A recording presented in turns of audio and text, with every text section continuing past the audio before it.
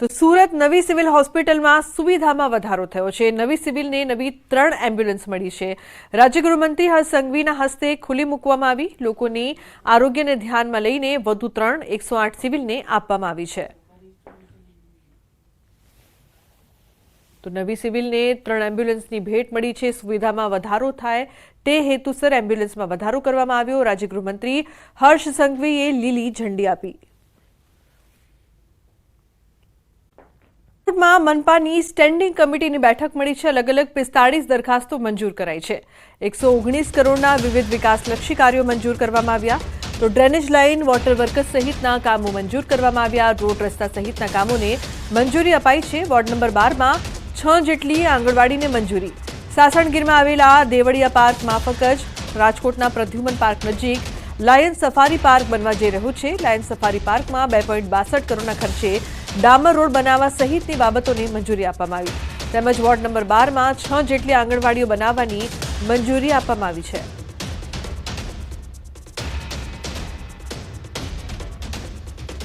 બાકી બધી જ દરખાસ્તો મંજૂર કરીને રાજકોટ શહેરના અલગ અલગ વોર્ડની અંદર કુલ 119 કરોડ 72 લાખ 45 હજાર જેવા 1 અબજ અને 19 કરોડ જેવી માતબર રકમના ખર્ચે આવનારા દિવસોની અંદર રાજકોટ મહાનગરપાલિકામાં વિકાસના કામો થઈ રહ્યા છે। ડાયમંડ સિટી સુરતમાં રત્ન કલાકારોની હડતાળ। વરાછાની ડાયમંડ કંપનીમાં કર્મચારીઓની હડતાળ। મહિલા રત્ન કલાકારની તબિયત લથડી। મહિલાને તાત્કાલિક સારવાર અર્થે ખસેડવામાં આવી। સવારથી કલાકારોને કંપનીમાં જ બંધક બનાવ્યા હોવાના આરોપ સાથે હોબાળો કર્યો હતો। સેલેરી અને બોનસને લઈને 2 દિવસથી કર્મચારીઓ દર્શાવી રહ્યા છે વિરોધ। સામે દિવાળીએ કંપનીએ કર્મચારીઓને આ બાબતે લાભો આપવાની ના પાડતા વિરોધ દર્શાવવામાં આવ્યો। કર્મચારીઓએ કંપનીના ગ્રાઉન્ડમાં બેસીને કામ નહીં કરીને વ્યક્ત કર્યો રોષ।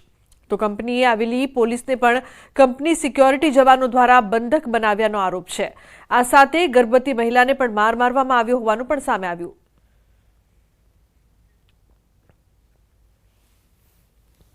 અમારું સામે દિવાળીએ બોનસ આપવાની ના પડે। તમને ખબર જ છે કે અત્યારે પરિસ્થિતિ કેવી છે।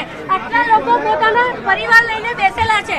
આજે સામે દિવાળીએ નાના માણસોના પગાર કાપ કરવાની વાત કરે છે, બોનસ આપવાની વાત કરે છે, કાપી નાખવાની। મેનેજમેન્ટ અમને 2 દિવસથી અમે વિરોધ ઉપર બેસીને પ્રદર્શન કરતા હતા, પણ એ લોકોએ અમારું સાંભળ્યું નહીં। અમને અહીંયાથી પગાર બોનસ બંધ કરી દેવાના અમારા અને 15% પગારની કાપ માંગે છે। અમને બધા અહીંયા કારીગર 2500 કારીગર છે અમારા। બધા સ્ટાફમાં અમારો હાઈટનાટ કહેવા માંગે છે। અમને ધીમે ધીમે અમારી પર દબાણ આપવા માંગે છે, શોષણ કરવા માંગે છે અમારા કારીગરનું। 4 વર્ષથી અમારો પગાર નથી વધ્યો છે। પગાર કાપવાની વાત કરે છે, નીચે બધાનો પગાર કાપ કરે અને પગાર બી નથી વધાર્યો। પગાર બી નથી વધાર્યો। અત્યારે જે મંદીનો માહોલ છે એ પ્રમાણે કંપની તરફથી કારીગરોને એવું કહેવામાં આવેલ છે કે અમે અત્યારે ઓક્ટોબરનો પગાર જે છે, ઓક્ટોબરનો પગાર છે બોનસ તરીકેનો, એ અમે આપવા તૈયાર છીએ, પણ માર્ચ મહિનાનો જે એક્સ્ટ્રા બોનસ આપીએ છીએ એ કંપની અત્યારે મંદીના માહોલને લીધે આપી શકે એમ નથી। સિક્યુરિટીની રત્ન કલાકારો સાથે કોઈ મારામારી થયેલ હોય એવું કોઈ રજૂઆત અમને મળેલી નથી। એવી કોઈ રજૂઆત અમને મળેલી નથી। સિક્યુરિટી કે રત્ન કલાકારોએ પણ અમને એવી કોઈ ફરિયાદ કરેલી નથી કે અમારી સાથે કોઈ સિક્યુરિટીના કર્મચારીએ મારામારી કરી। ભરૂચમાં સાધુ વેશમાં 5 ગઠિયા ઝડપાયા છે। સંતોષી માતાજીના મંદિર પાસે સાધુ વેશે વારંવાર આવતા હતા। સોસાયટીમાં આવવાની ના પાડી હોવા છતાં આવતા સાધુ વેશધારી અને સ્થાનિકો વચ્ચે ઘર્ષણ થયું। સાધુઓ અને સ્થાનિકો વચ્ચે હાથાપાઈ પણ થઈ હોવાની માહિતી મળી રહી છે। તાત્કાલિક પોલીસનો સંપર્ક કરી ધુતારાઓને પોલીસ મથકે સોંપી દેવાયા હતા। સાધુના વેશમાં આવેલા લોકો વૃંદાવન મથુરા બાજુના હોવાનું બહાર આવ્યું છે। ત્યારે હાલ તો પોલીસ વધુ તપાસ હાથ ધરી રહી છે। વિપરીત બુદ્ધિ મન લાગે એમની બુદ્ધિ બગડી ગઈ છે। બુદ્ધિ બગડેલો જ એવો વ્યક્તિ એવી વાતો કરતો હોય છે। માતાજીની ટીકા ટિપ્પણી નથી કરતો, સમસ્ત નારી શક્તિનો અપમાન કરી રહ્યો છે, સમજ સ્ત્રી સમાજનો અપમાન કરી રહ્યો છે। સ્વામીજી બોલ્યા છે અનુપ સ્વામી, એ બિલકુલ ખોટી રીતે બોલ્યા છે, યોગ્ય નથી અને એમના આવા શબ્દ વાપરવાના જોઈએ। એક સંત તરીકે લવરાત્રિ એ શબ્દ જ એમને શોભેવાનો છે। સંતે આવા શબ્દોનો પ્રયોગ ના કરવો જોઈએ। કોઈ પણ નારી શક્તિ માટે કરીને અપમાનજનક શબ્દનો ઉપયોગ નહીં થવો જોઈએ અથવા તિરસ્કૃત ભાષાનો ઉપયોગ નહીં થવો જોઈએ। જ્યારે ભાષાનું સૌષ્ઠવ જળવાશે તો કોઈ વસ્તુ થશે। સ્ત્રી માટે કરીને આ 9 દિવસ નારી શક્તિને જ સમર્પિત દિવસો છે. ત્યારે જ્યારે ભગવતી શક્તિની ઉપાસના કરવાની હોય ત્યારે કોઈ પણ સ્ત્રી માટે આપણે ત્યાં તો બાલિકાઓનું પૂજન થાય છે. નવરાત્રિના પહેલા દિવસે 1 બાલિકા, બીજા દિવસે 2, એમ 9મા દિવસે 9 બાલિકાઓનું પૂજન થાય છે. અને જે 10 વર્ષથી નાની બાળાઓ છે એ બાળાઓના પગે લાગવાનો રિવાજ આપણા ત્યાં છે.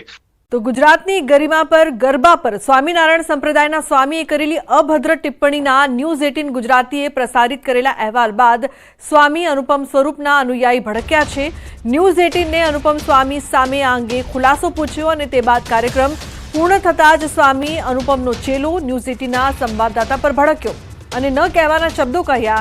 સ્વામી અનુપમ સ્વરૂપના અનુયાયીની આ હરકતો ન્યૂઝ 18ના કેમેરામાં કેદ થઈ છે.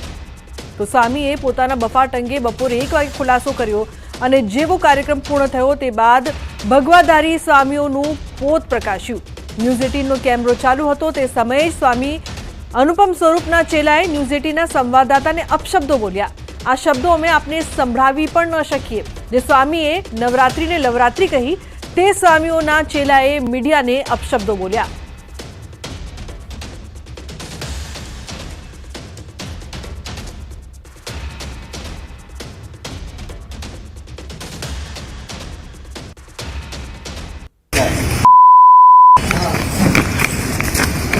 એને પોતાના વ્યૂઝ વધારવા માટે જ આ બધા ન્યૂઝવાળા ભટકો તમે હોય તમને જ કહું છું જે વાત નથી, ખોટી વાત નથી. આ જે વાત છે એ સત્ય વાત તમે કેમ તમે ખોટી કરો છો? એ જે રીતના બોલે છે ખોટું બોલે. બોલો બોલો બોલો. એમ નહીં વાત. ના બોલો. હવે તમારે જે બોલવું છે બોલો. મારે નહીં બોલવું. ના બોલો. જે હોય નામ શું છે? જે હોય મારે નહીં બોલવું. તો પછી ઉનાળો નહીં. તો પછી તમે આ બોલ્યા કેમ? કેવું બોલ્યો? હા કેવું બોલ્યો? કોની જોડે વાત કરતા હતા તમે? હું જેની જોડે વાત કરતો એની જોડે. અરે સ્વામીજી મારી વાત સાંભળો. એ અરે પણ સાહેબ આ સ્વામીજી આ ગાળો બોલે છે અને હા ભાઈ ગાળું બોલો ના એ બોલ્યા મને જ કીધું, એને મને જ કીધું કે તમે બોલ્યા તો તમને બી યાદ છે વસ્તુ એમ. મહાદેશક્તિની આરાધનાના પર્વ નવરાત્રી પર સ્વામિનારાયણ સંપ્રદાયના એક સ્વામીનો બફાટ સામે આવ્યો છે. સ્વામી અનુપમ સ્વરૂપ સ્વામી નામના સંતનો એક વિડીયો હાલ વાયરલ થયો છે, જેમાં તેમણે સ્વામીએ નવરાત્રીને લવરાત્રી ગણાવી છે. પોતાના પ્રવચનમાં સ્વામીએ કહ્યું કે નવરાત્રી એ 9 દિવસનો નાઇટ ફેશન શો, નવરાત્રી વાસનાના પૂજારીઓનો દિવસ છે. નવરાત્રી એ દીકરીઓને બગાડવાનું જાહેર આમંત્રણ છે. દીકરીને બગાડવાનું આમંત્રણ લીગલ નોટિસ સાથે છૂટાછેડા માટેનું મુખ્ય કારણ પણ નવરાત્રી. યુવતીઓ માટે સ્વામી અનુપમ સ્વરૂપનું નિવેદન, ગરબાની ટિકિટના ભાવ ઊંચા લેવાનું સાધન છે. ભૂખ્યા ભેડિયાઓની વચ્ચે સસલું રમતું મુકાય છે. યુવતીઓની સરખામણી સસલા અને હરણ સાથે. હવે તો નવરાત્રીમાં અંગ પ્રદર્શન થાય છે. રાત્રે 12 વાગ્યા બાદ મનોરંજન થતું હોય છે. રાત્રે 12 વાગ્યા સુધી જ નવરાત્રી યોજવી જોઈએ. 90% ભાગમાંથી ચોમાસાની વિદાય. કચ્છથી નવસારી સુધી ચોમાસાની વિદાય. 28 જિલ્લામાંથી ચોમાસાની વિદાય. હવે ગરમી અકળાવી દેશે. હવામાન વિભાગની આગાહી, આગામી 5 દિવસ વાતાવરણ સૂકું રહેશે. 2 દિવસ બાદ 2 થી 3 ડિગ્રી તાપમાનમાં વધારો થશે. તો સુરત, ડાંગ, તાપી, વલસાડમાં હજુ ચોમાસું સક્રિય છે. વલસાડ, દમણ, દાદરાનગર હવેલીમાં છૂટા છવાયા વરસાદી ઝાપટાની શક્યતા છે.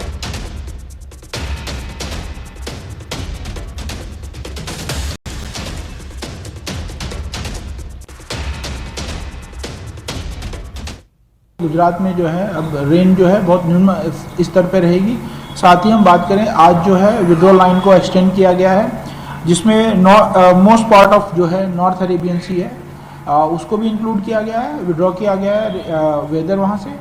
एंड नवसारी, साउथ गुजरात का जो नवसारी डिस्ट्रिक्ट है वहाँ से जो है विड्रॉल लाइन ड्रॉ की गई है. अप टू नवसारी जो है मानसून को विड्रॉ कर लिया गया है. और साउथ गुजरात का एक्सट्रीम हिस्सा जो है 1-2 डिस्ट्रिक्ट्स बचे हुए हैं जो आगे आने वाले 2 से 3 दिनों के अंदर उनको भी जो है फेवरेबल कंडीशंस अभी बनी हुई हैं. उसके तौर पे जो है उनको भी विड्रॉ कर लिया जाएगा अगर सिस्टम परसिस्ट करता है. साथ ही हम बात करें पिछले 48 घंटों में जो है गुजरात के किसी भी हिस्से में जो है बारिश देखने को हमें नहीं मिली है. साथ ही साथ अगर हम बात करें तापमान की, तो तापमान अभी अपने नो लार्ज चेंज में बना हुआ है. आने वाले 24 घंटों के लिए अहमदाबाद में 35 डिग्री सेल्सियस और गांधीनगर में 34 डिग्री सेल्सियस तापमान रहने की संभावना है. और पूरे गुजरात में तापमान जो है 2 दिनों बाद जो है 2 से 3 डिग्री जो है बढ़त देखने को मिलेगी, ग्रेजुअल राइज रहेगा तापमान। તો ગુજરાતમાં સિઝનનો 30%થી વધુ વરસાદ, સૌરાષ્ટ્રમાં સિઝનનો 75%થી વધુ વરસાદ નોંધાયો. गुजरात रीजन में 30% नॉर्मल से ज़्यादा बारिश दर्ज हुई है और सौराष्ट्र कच्छ में 75% नॉर्मल से ज़्यादा बारिश दर्ज की गई है सीजन की. તો વરસાદને લઈને હવામાન ખાતાની આગાહી, ગુજરાતના 90% ભાગમાંથી ચોમાસાની વિદાય.